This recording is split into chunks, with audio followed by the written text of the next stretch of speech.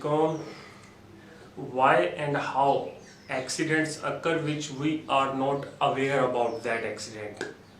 It's mind game. Mind game क्या चीज़ है? ये हम रोज़मर्रा ज़िंदगी में अपने माइंड, अपने थॉट्स, अपने बिलीव्स, अपनी फीलिंग्स, अपने रोज़मर्रा के जो हम रिलेशंस दूसरों के साथ कन्वर्सेशन करते हैं, कम्युनिकेशन करते हैं, अपनी रोज़मर्रा की हर एक्टिविटी में हम अपने माइंड को, अपने साइकोलॉजिकल टूल को यूज़ करते हैं। हमारे जो सेल्फ बीइंग होने के नाते हम दो चीज़ों पर ज़्यादा फोकस करते हैं, एक साइकोलॉजिकल और एक फिजियोलॉजिकल। साइकोलॉजिकल या आपका जो माइंड है, फिजियोलॉजिकल जो आपकी फिजिकल कंडीशन में आपकी जो बॉडी है, तो ये दोनों आपस में इंटर लिंक्ड है। यानी यहाँ का जो मैसेज है वो आप बॉडी पे ज़्यादा भेज सकते हैं, इफेक्ट हो सकता है, और बॉडी का जो मैसेज है वो साइकोलॉजिकल पे इफेक्ट हो सकता है। It's two branches but these two branches are interrelated with each other. तो एक्सीडेंट्स जो होते हैं हमारे साथ वो इन फॉर्म ऑफ जिस तरह हम गाड़ी में जा रहे हैं, जिस तरह अचानक कोई चीज़ जो है कोलाइड करती है और बंदे की डेथ हो जाती है और जिसके बारे में पता भी नहीं होता कि इसके एक्सीडेंट होने के चांसेस कैसे थे। वो घर से निकलता है और आराम से जाके वो पता लगता है कि शाम को इसकी डेथ हो गई। तो ये जो एक्सीडेंट्स होते हैं जिसके बारे में हमें पता ही नहीं होता कि ये बाई चांस हो गए हैं, ये कैसे हो गए हैं, तो इसके बारे में मैं आज आपके साथ डिस्कस करूंगा। It's like a mind game. अब आप सोच रहे होंगे कि माइंड क्या चीज़ है। मैंने आपको बताया था माइंड की जो खुराक है, उसकी जो खुराक होती है वो सोचना होता है। जो थॉट्स होते हैं आपके, अब ये थॉट्स कहाँ से आते हैं? ये आपकी आपकी जो स्टिमुलस है, जो बाहर वाली एनर्जी है, बाहर वाला इन्वायरमेंट, आपने किसी शख्स को देखा तो आपने वो एनर्जी कहाँ से ली? बाहर वाले एनवायरनमेंट से। और आपके अंदर जो मेमोरी पड़ी हुई है आपके माइंड के अंदर, आप उससे इंटर रिलेट करके उस चीज़ों को परसेप्शन क्रिएट करके आप अपनी एक सेल्फ मेड स्टोरी बनाते हैं। That all things are fabricated into your mind that creates a self made story.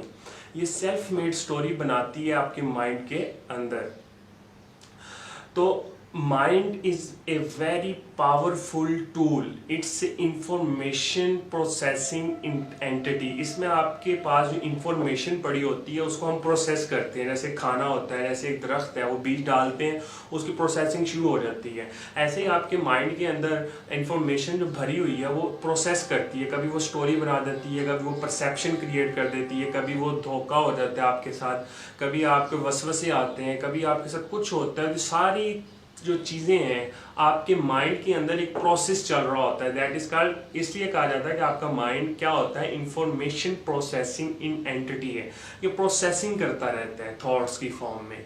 अब मैं आपके साथ, ये माइंड क्या चीज़ है, ये आपने सुना होगा कि थॉट्स बिकम रियलिटी। आपके जो थॉट्स होते हैं वो रियलिटी बन जाते हैं। मैं आपके साथ एक स्टोरी शेयर करने लगा हूँ। उस स्टोरी से आपको पता लगेगा कि ये थॉट्स जो हैं ये इंसान को कैसे अपने इर्द गिर्द जमा करने के बावजूद एक बाउंड्री बनाकर उसको अपनी तरफ अट्रैक्ट कर लेते हैं और हम उसमें खींचे चले जाते हैं। एक शख्स या एक स्टूडेंट अपने हॉस्टल से अपने कॉलेज यानी अपने क्लासरूम की तरफ जा रहा था। उसके 3 दोस्तों ने उसके साथ एक साइकोलॉजिकल एक गेम खेलना शुरू की जो कि माइंड से रिलेटेड थी। उन्होंने प्लान बनाया कि हमने इसको ये बोलना है कि ये बीमार है, अगले ने कहना है फिर बीमार है, तीसरे ने कहना है ये फिर बीमार है, ताकि 3 दफ़ा हम उसको रियलाइज़ कर सकें कि वो वाकई बीमार है, ताकि वो जाके आज क्लास अटेंड ना कर सके, वो जाके सो जाए। तो पहला बंदा जैसे वो हॉस्टल से निकलता है, पहला जो उसका दोस्त है उसको कहता है, अली यार आज तुम बहुत बीमार लग रहे हो। तो वो कहता है नहीं यार आई एम फिट, मैं तो ठीक हूँ। वो कहता है नहीं यार आपके चेहरे पे जो है ना असरात नज़र आ रहे हैं, आप बीमार हो। कहता नहीं मैं ठीक हूँ। वो कह के चला जाता है। जैसे वो थोड़ा सा आगे जाता है उसका कोई और दूसरा दोस्त जिन्होंने प्लान बनाया होता है, उसका दूसरा दोस्त आता है। वो कहता है अली तुम्हारे यार यहाँ पे आंखों के गिर्द जो है बड़े हल्के पड़े हुए हैं, आपका जो रंग है वो भी आपके पास अजीब किस्म का नज़र आ रहा है, तो लगता है आप बहुत ज़्यादा बीमार हो, आप चेकअप करवा लो। कहता नहीं मैं ठीक हूँ यार, मुझे कुछ नहीं हुआ। तो वो ये कहकर वो भी चले जाता है। जब तीसरा दोस्त आता है, क्लासरूम से पहले ही उसने तीसरे दोस्त को अस्सलाम वालेकुम कहता है और कहता है यार अली तुम्हारा ये जो रंग है बिल्कुल मदम पड़ चुका है, मुझे लग रहा है जैसे कि आपको टेम्परेचर है, आपको बुखार है, मुझे लग रहा है कि आप डॉक्टर को लाजमी चेक करवाओ, मुझे लग रहा है कि आपको आज क्लास अटेंड नहीं करनी चाहिए। जब तीन दोस्त साइकोलॉजिकल उस पर बम्बार्डमेंट करते हैं थॉट्स की, साइकोलॉजिकल माइंड गेम, तो वो सोचने पे मजबूर हो जाता है। पहली दफ़ा जब उसके दोस्त ने कहा, उसने थोड़ा सा उसका इम्पैक्ट लिया। जब दूसरी दफ़ा उसने कहा, उसको सोचने पे थोड़ा सा मजबूर हुआ। जब तीसरे दोस्त ने उसको कंफर्मेशन की तो वो सोचने शुरू हो गया, उसकी थॉट्स एक्टिव हो गई। क्लासरूम तक पहुंचने से पहले पहले वो थॉट्स बन गई। अब थॉट्स जब कंप्लीट होती हैं वो परसेप्शन बन जाता है, और वो परसेप्शन उसके माइंड में आ गया मैं बीमार हूँ, और जाता है हॉस्टल में और वह थोड़ा सा अपने ऊपर हावी कर लेता है उन थॉट्स को, और वाकई उसका टेम्परेचर थोड़ा सा इंक्रीज हो जाता है, क्योंकि उसने सोचा होता है, उसने परसेप्शन की होती है, उसकी जो थॉट्स हैं वो अपने ऊपर हावी करके उसको रियलिटी समझना शुरू कर देता है, और वो जाके क्लास अटेंड नहीं करता, जाके सो जाता है। तो मैं यहाँ से आपको बता रहा हूँ कि ये थॉट्स, ये परसेप्शन, ये आपको अपने चक्कर में ऐसे खींचती हैं, आप उसकी तरफ अट्रैक्ट होते ही चले जाते हैं और आप उसको रियलिटी समझ लेते हैं। तो that is the game of the mind. तो मैं आपके साथ एक एक्सपेरिमेंट शेयर करने लगा हूँ। ये यूरोप में एक प्रोफेसर ने एक हॉस्पिटल में ये एक्सपेरिमेंट किया अपने पेशेंट्स के साथ। उसने 2 ग्रुप्स लिए, एक ग्रुप 4 बंदों का था, दूसरा ग्रुप भी 4 बंदों का था। उन दोनों का घुटनों का ऑपरेशन होना था, घुटनों की कोई उनको तकलीफ थी। तो जैसे उसने 4 बंदों को अलहदा प्रिस्क्राइब किया, उसको इंस्ट्रक्ट किया कि आपका ऑपरेशन अभी मैं करने लगा हूँ, आप इस ऑपरेशन के बाद बिल्कुल ठीक हो जाएंगे। इसके बाद उसने दूसरे ग्रुप को नहीं बताया कि उसका ऑपरेशन होने लगा है।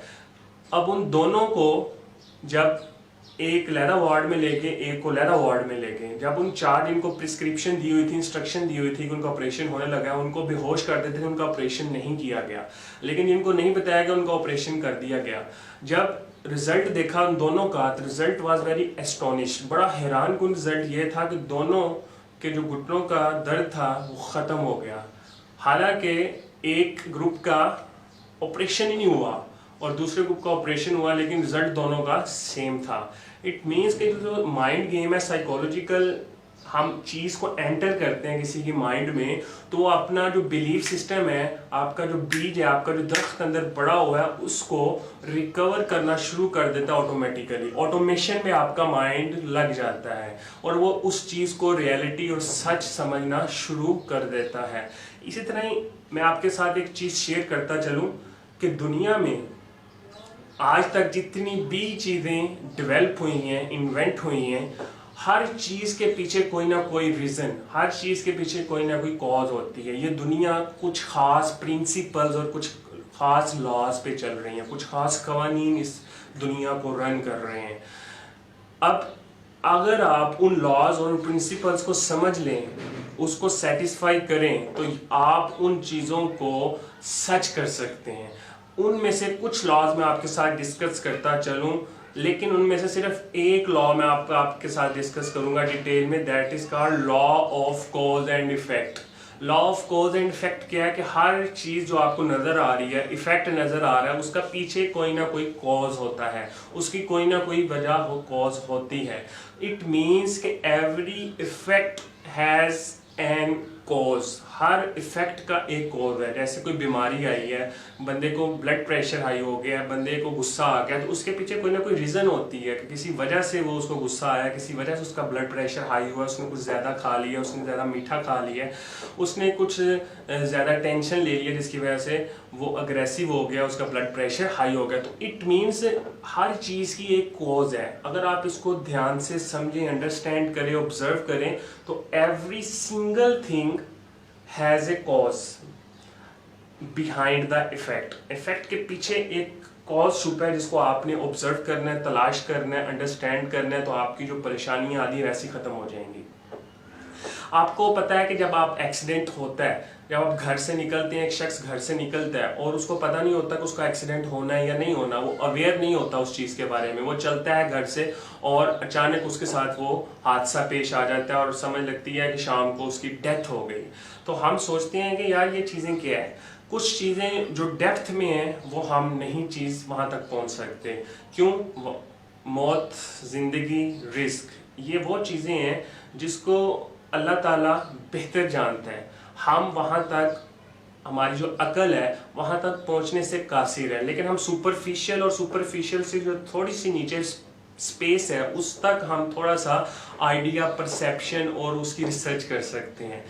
तो अब एक्सीडेंट एक शख्स का हुआ, अब उसके पीछे कोई ना कोई कॉज है। हो सकता है वो जो ड्राइवर है उसने शराब पी हो, वो घर से लड़ के आया हो, उसने अपनी अटेंशन तब्दील की हो इधर उधर, या वो जो शख्स जिसके साथ एक्सीडेंट हुआ है उसकी कोई लॉजिक हो, उसका कोई कॉज हो कि वो घर से लड़ाई करके निकला है, या उसने चीज़ को प्रॉपर नहीं देखा, या उसने जो है वो एक चीज़ गाइडेंस के तौर पर नहीं ली, वो गलत रास्ते पे जा रहा था, गलत डायरेक्शन में जा रहा था, तो वो दोनों का आपस में कोलिजन हो गया। तो ये बहुत सी रीजंस हो सकती हैं, लेकिन every affect, every incident has an cause, उसका एक कोई ना कोई कॉज होता है। मैं आपके साथ एक्सीडेंट्स के बारे में जो चीज़ें बयान कर रहा हूँ, ये आपके साथ, आपकी फैमिली में, आपके रिश्तेदारों में, आपके दोस्तों में कईयों के साथ ये एक्सपीरियंस होता होगा कि वो किसी एक्सीडेंट को देखते और वो चीज़ को ऑब्जर्व करते कि ये क्यों हुआ, ये कैसे हुआ, लेकिन वो उस वक्त उसको अंडरस्टैंड या उसको उस वक्त समझ नहीं लग रहा होता, लेकिन बाहर में कहीं जाके वो चीज़ें उनको आहिस्ता आहिस्ता समझ लगना शुरू कर देती हैं। वक्त करता है परवरिश बरसों इसकी, वक्त करता है परवरिश बरसों इसकी, हादसा एकदम नहीं होता। यानी कि वक्त जो है वो परवरिश करता है इस हादसे की। वो जो हादसा है या कोई चीज़ आपके साथ हुई है वो एकदम नहीं होती, उसके पीछे कोई ना कोई उसका कॉज होता है।